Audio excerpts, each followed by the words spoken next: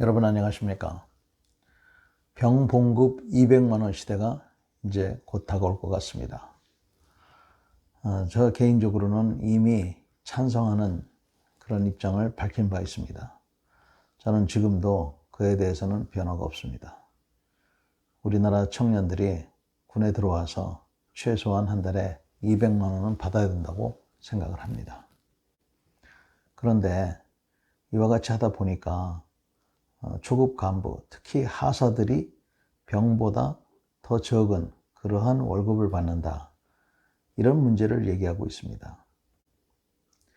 사실 영관급 장교나 그 이상의 계급들은 처제해 놓고라도 초급 간부, 특히 하사들이 병보다 월급을 적게 받는 봉급 역전 현상이 일어나면 이것은 복무 의욕을 떨어뜨리고 결국 복무 의욕을 떨어뜨리면 사기가 저하되고 사기가 저하되면 그래도 우리 군에서 필요한 사람들이 먼저 이탈하는 이런 결과를 올 거기 때문에 이 문제는 좀 심각하게 생각해 봐야 된다고 생각을 합니다. 따라서 저는 지금 현재 현실적이지 못한 초과 근무수당, 당직수당, 특수근무지수당 이런 것들을 현실화시켜서 한 달에 3만 원, 5만 원 이렇게 주지 말고 그야말로 현실적으로 좀 더 향상을 시켜서 최소한 50만 원 이상이 될 수 있도록 해야 된다고 생각합니다. 그래서 공무원 봉급을 건드리지 않는 상태에서 그래도 정상적인 근무를 하면 통상 하사 같은 경우 일주일에 한 이틀은 당직 근무를 쓰고 또 초과 근무를 하게 되죠. 이렇게 했을 때 한 달에 약 한 50만 원 이상은 받을 수 있도록 이렇게 해야 된다고 생각합니다. 또 특전사 부대원들 같은 경우에는 특수근무수당, 특전사 근무수당 이런 것들을 제정을 해서 한 달에 7만 원 이렇게 주지 말고 한 달에 4, 50만 원을 줘야 그래야 지금 병사가 200만 원 받는 시대에 병사보다 덜 받는 그런 하사가 나타나지 않을 거라고 생각합니다.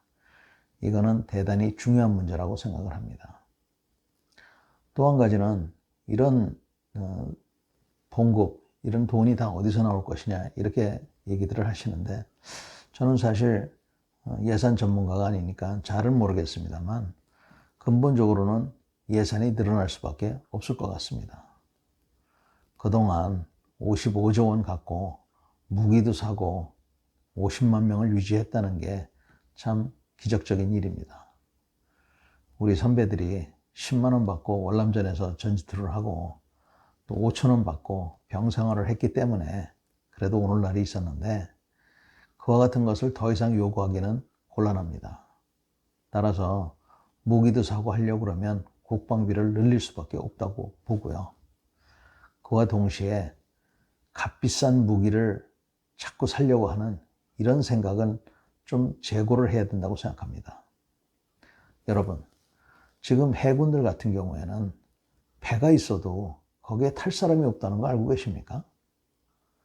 해군들 같은 경우에는 다른 나라는 바다에 나가 있는 시간이 전체 근무 시간의 40%인데 우리나라는 70%입니다.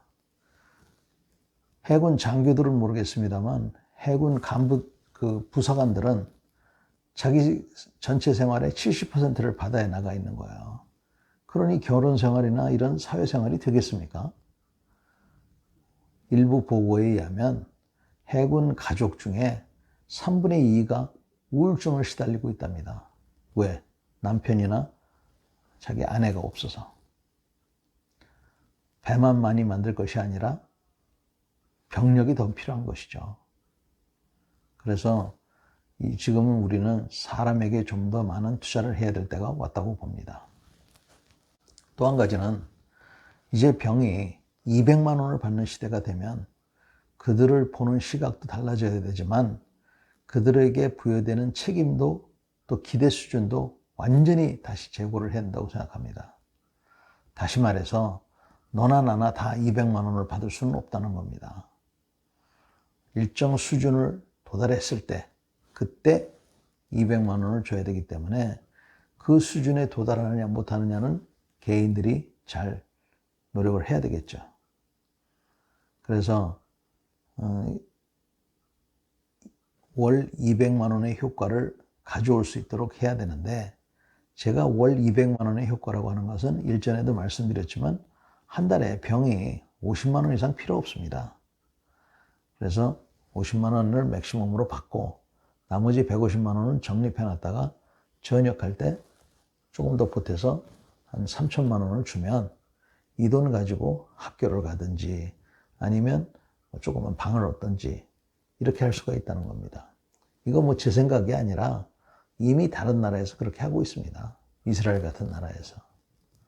또 스웨덴 같은 나라에서는 수당을 잘 조정을 해서 아까 말씀드린 대로 그러한 봉급의 역전이 일어나지 않도록 이렇게 하고 있습니다.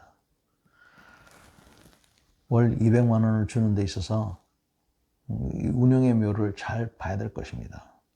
국방비를 늘리는 것도 쉽지 않은 것을 알고 있습니다만 국방비를 어떻게 쓰느냐 하는 것도 더 중요하다고 저는 생각을 합니다. 병사들에게 월 200만 원을 주는 것을 아깝게 생각하거나 그것이 어렵다고 생각하기 전에 현재 엉뚱한 대로 새고 있는 돈, 필요 없는 그런 곳에 쓰는 돈도 확 줄여야 되고, 이게 월급 200만 원 시대에 우리가 맞는 부대 구조라든지 현재 부대 운영, 훈련 방법 이런 것들을 종합적으로 봐야 됩니다. 그리고 끝으로 병사들 개인에게 우리가 어떤 것을 요구할 것인가 이것을 세밀히 봐서 그 기준에 맞는 그러한 사람들에게는 200만 원, 그렇지 못한 사람들에게는 지급을 못하는 것이죠. 그리고 이제는 군에 어떻게 해서든지 나가려고 하는 그런 이상한 사람들, 이런 사람들에 대해서는 내보내는, 한 달에 200만 원씩 주는데도 그것이 싫다고 하는 사람은 우리가 더 이상 받지 않겠다 하는 그런 분위기가 될 수 있도록 하는 것이 중요할 것 같습니다. 그렇게 되면 사람을 가지고 부대를 다 운영할 수 있느냐? 제가 보기엔 없을 것 같아요. 그렇기 때문에 결국은 부대 수를 줄이는 수밖에 없습니다. 부대 수를 줄이면 장군 수도 줄어들 수밖에 없을 것이고요. 그러나 질은 더 훌륭해질 텐데, 이번에 우크라이나에서도 봤지만 보급, 정비, 수송 이러한 전투근무 지원 부대를 줄이는 것은 대단히 위험한 일입니다.